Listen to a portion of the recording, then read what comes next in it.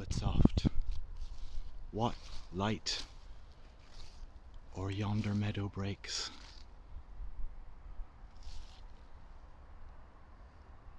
It is the east. That's all. Just the east. Look at this. This is the sunrise at the domain. Look, the misty meadow.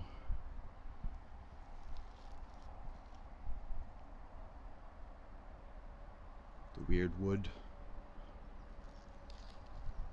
The great big cedar. And that's east over there. Well, I mean southeast, obviously. Us being in northerly climes.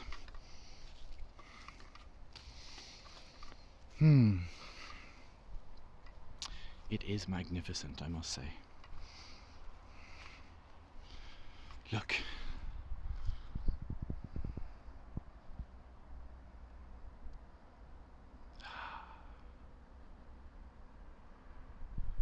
Mysterious and misty. A misty, moisty morning.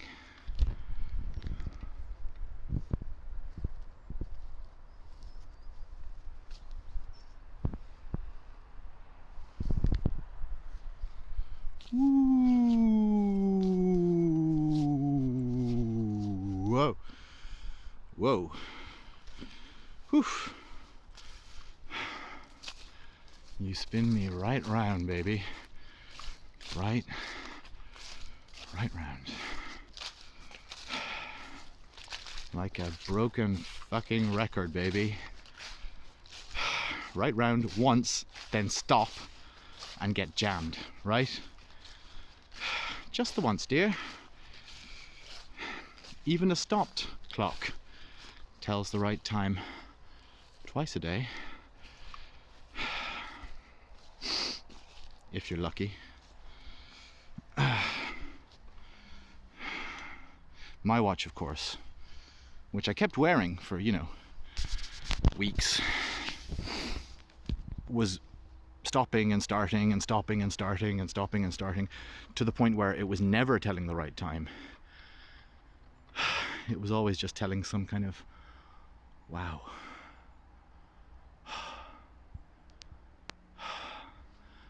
Just now, I look out over there,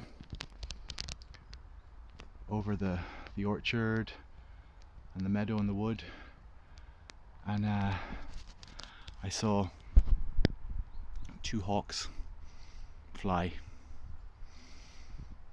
Not a big sort of dramatic flight across the sky, just sort of a little companionable flap, the 2 of them, from one tree to another. So not quite, the Ursula Le Guin line, only in silence the word, only in darkness the light. Bright the hawk's flight across empty sky. No, more like a sort of a, all right, we're your neighbours the hawks. Just popping over to this other tree, where we shall be tearing apart the carcass of a rabbit or some such. Well, here we are. We are under the spreading chestnut tree today, for a change, which is, as soon as you hear the line, under the spreading chestnut tree, some of us have terrible flashbacks to 1984, when we were 6, and we really wanted that BMX, and we didn't get it. And also where our every move was surveilled by telescreens that were installed forcibly in our houses, and Big Brother was always watching us, and we had always been at war with Eurasia. I think about this sometimes. What Orwell didn't anticipate, what he couldn't have anticipated, was that they wouldn't need to install the telescreens by force, and they wouldn't need to enforce that we never turn them off. We would do that ourselves. Not only that, but we would carry them with us in our pockets. by choice. Anyway. Today's pipe dream is brought to you by Malachas Cigarillos. Mini cigarillos.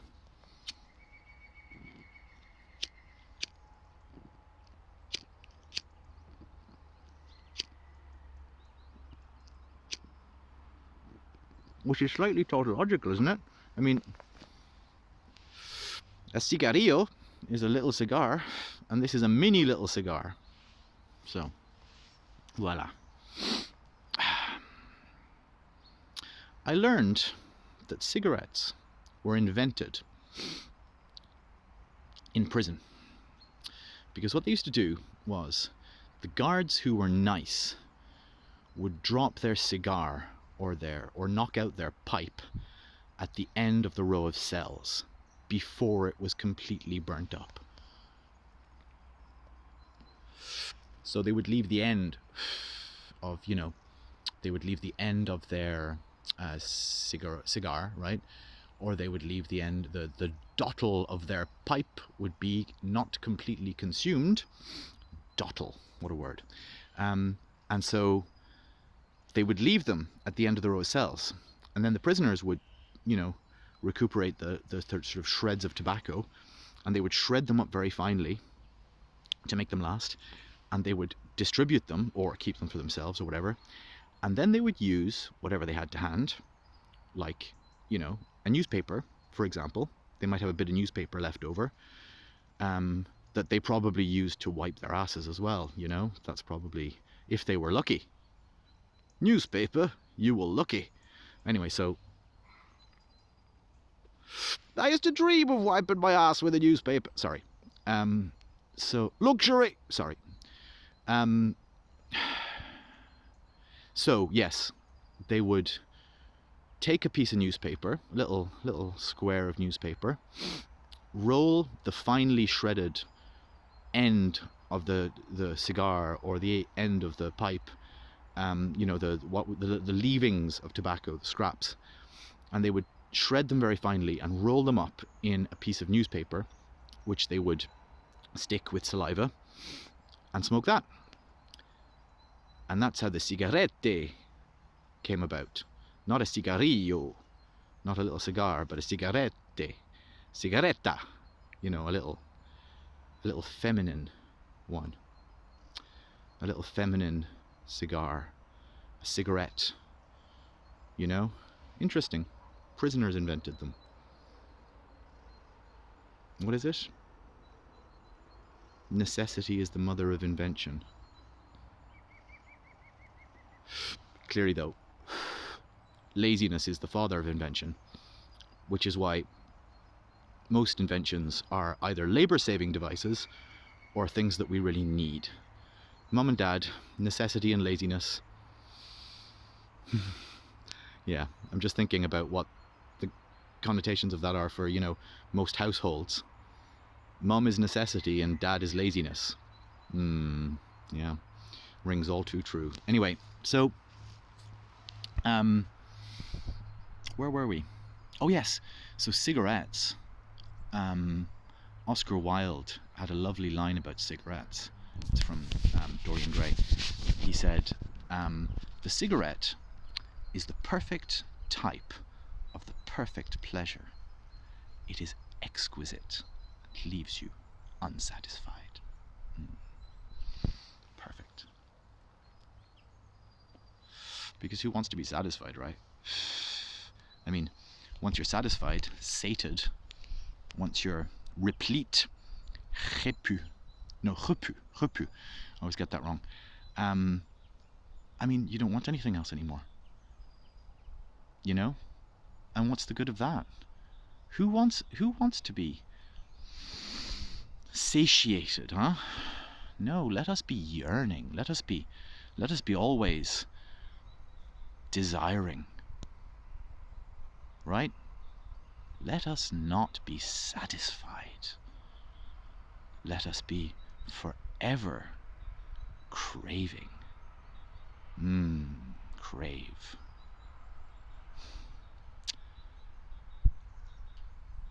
This dream pipe was brought to you by La Paz Cigarillo and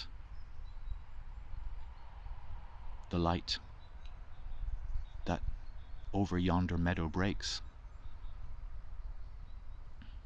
It is the east, and somewhere in there is the sun.